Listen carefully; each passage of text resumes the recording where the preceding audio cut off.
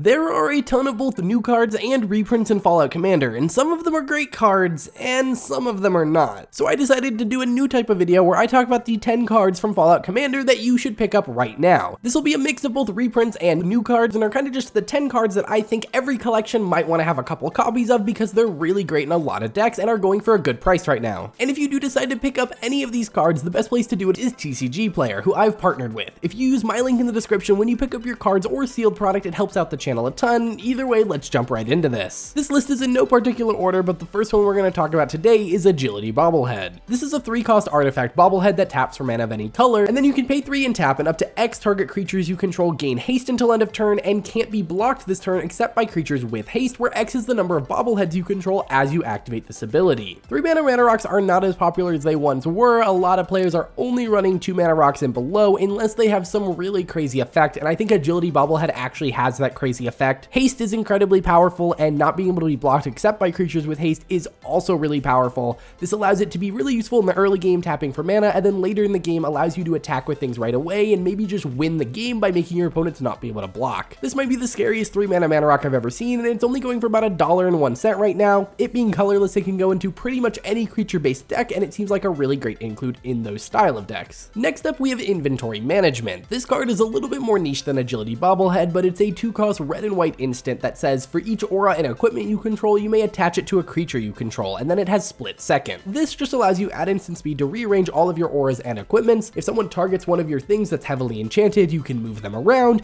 If you swing and someone blocks your heavily equipped thing, you can move everything to an unblocked attacker. If someone tries to destroy one of your creatures, you can use this to kind of move Swiftfoot Boots over. This is a very versatile card if you are playing with auras and equipment, and the split second makes it even less interactable. I think this is just a card that almost every aura and equipment deck is going to want, especially because with equipment, you can take things that were never equipped and have a high equipped cost and then just equip them for 2 mana at instant speed. Right now, this is going for a little bit more than the Bobblehead at $2.41, but I think this is going to be a card that every future equipment and aura commander that is in red and white, this is going to be a recommended card to go in those decks. It's also a card with split second, and with a name like Inventory Management, it's a little bit harder to include in sets for future reprints, so it'd have to go into like a master set or potentially a commander deck, which typically don't drive the prices down as much, so I could see this one creeping up in price over time. Next up, we have a reprint, that being Inexorable Tide. It's a 5-cost blue enchantment that just says whenever you cast a spell, proliferate. Proliferate is very powerful, and it keeps getting more powerful as more and more counters-based strategies are created. This is a card that if you're in blue and your deck cares about counters in any way, you're typically considering it. It had crept all the way up to $12 or $13 and now has crashed down to $2.37 with this reprint. So if you have a deck currently, or there's a deck you're looking at that cares about counters, this is now a really great time to pick up this card. Next up, we have a new card. It's Struggle for Project Purity. This is a 4-cost blue enchantment that as it enters the battlefield, you either choose Brotherhood or Enclave. If you choose Brotherhood, at the beginning of your upkeep, each opponent draws a card, and then you draw a card for each card drawn this way. And if you choose Enclave, whenever a player attacks you with one or more creatures, that player gets twice that many rad counters. While the rad counters are interesting, I think the Brotherhood aspect of this card is a lot better, and it's something that I haven't seen a lot of players talk about. Yes, you are giving your opponents extra cards to draw, but this is essentially saying that every single one of your turns, you are drawing 4 cards. If your deck cares about drawing cards, or is looking for a combo piece, or is a highly interactive deck, you're probably going to be able to do a lot more with those cards than your opponents are, and it's going to snowball you into the lead very, very quickly, with you getting 4 cards a turn and your opponents each getting 2 cards a turn in essence. It's one of those cards that when I read it for the first time, I was like, this isn't very good, but then I saw it in games and I played it and I was like, wow, this card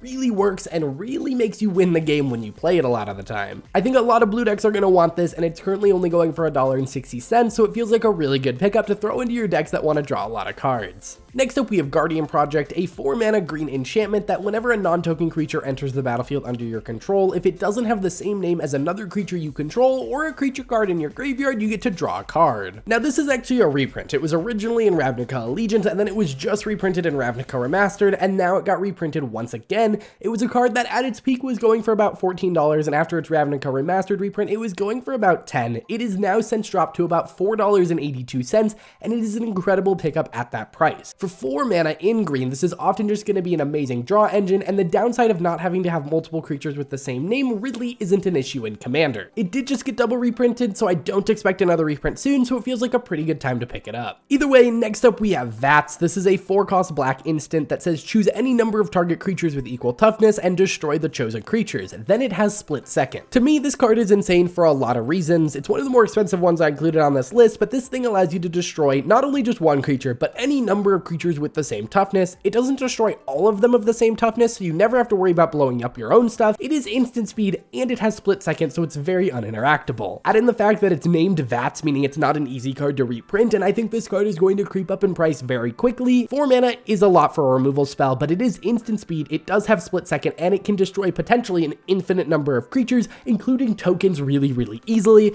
and so I think it overcomes all the hurdles it needs to be an actually playable 4 mana creature removal spell. Currently, it's only going for about $3.23, so it's a great time to pick it up if you think you might want to put it in your decks. Personally, it's my favorite card from the set, and so I'm excited to put it into a bunch of my decks. Next up, we have Well Rested. This is a 2-cost green aura that enchants a creature, and then it says enchanted creature has, whenever this creature becomes untapped, put 2+1/+1 counters on it, then you gain 2 life and draw a card. This ability triggers only once each turn. If you have a creature that will be consistently tapped, either because it's attacking or it has a tap ability like a mana dork, this is consistently just going to give you 2 life every turn and a card and make that creature really big over time. I think even if you're just putting this on a Llanowar Elves or a Birds of Paradise or anything like that, if you're not benefiting from the counters at all, this still just draws you an extra card each turn for 2 mana. And if you did put it on that Birds of Paradise, a lot later into the game, you might have a giant flying threat in the form of this Birds of Paradise because of those counters on it. Now, this ability does only trigger once each turn, so there's no like infinite shenanigans you can necessarily do with this, but if you do put it on a Devoted Druid, you can activate it on every player's turn, drawing you an extra 3 cards each turn, gaining you 6 life each turn, and making your Devoted Druid a little bit bigger each time. Either way, it seems like a really great card that a lot of decks are going to want, and it's currently going for about $2.19, so it's a great price to pick it up at. Next up, number 8, we actually have 10 cards, and it's all 10 of the Checklands. These are lands that tap for 2 colors and enter the battlefield tapped unless you control one of the basic land types of the 2 colors that it creates. On paper, these are lands that tap for 2 different colors of mana and enter the battlefield untapped a lot of the time. I really love these lands, and while they're no shock lands, they are great for most mana bases. They were going for about $4 before, and now they're down to 50 cents, which makes them really affordable and really great for pretty much any deck. Next up, we have a new card. It is Diamond City. This is a land that enters the battlefield with a shield counter on it, taps for colorless mana, and it taps to allow you to move that shield counter onto target creature, but only if 2 or more creatures have entered the battlefield under your control this turn. This card is really interesting to me because it's essentially protection for your commander or whatever important pieces you have, but it doesn't take up a spell slot in your deck. You can just put it in your mana base, and assuming you're in a low color deck, meaning like 3 or less colors, preferably 2 or less colors, this really doesn't have a high deck building cost to put into your deck. There are a lot of commanders and just cards in general that are kill on sight, and this just makes it a little bit harder for your opponents to deal with them. You do have to have 2 or more creatures enter the battlefield under your control in a single turn to do it, but it doesn't have to go onto either of those creatures, so even if your deck doesn't necessarily do that or your commander doesn't come with a token, this is still a way to protect your commander, and you can move it at instant speed. The card is currently only going for 96 cents, so it's a pretty cheap pickup, and it wouldn't shock me if it starts to go up in price as people see other people use it more and more.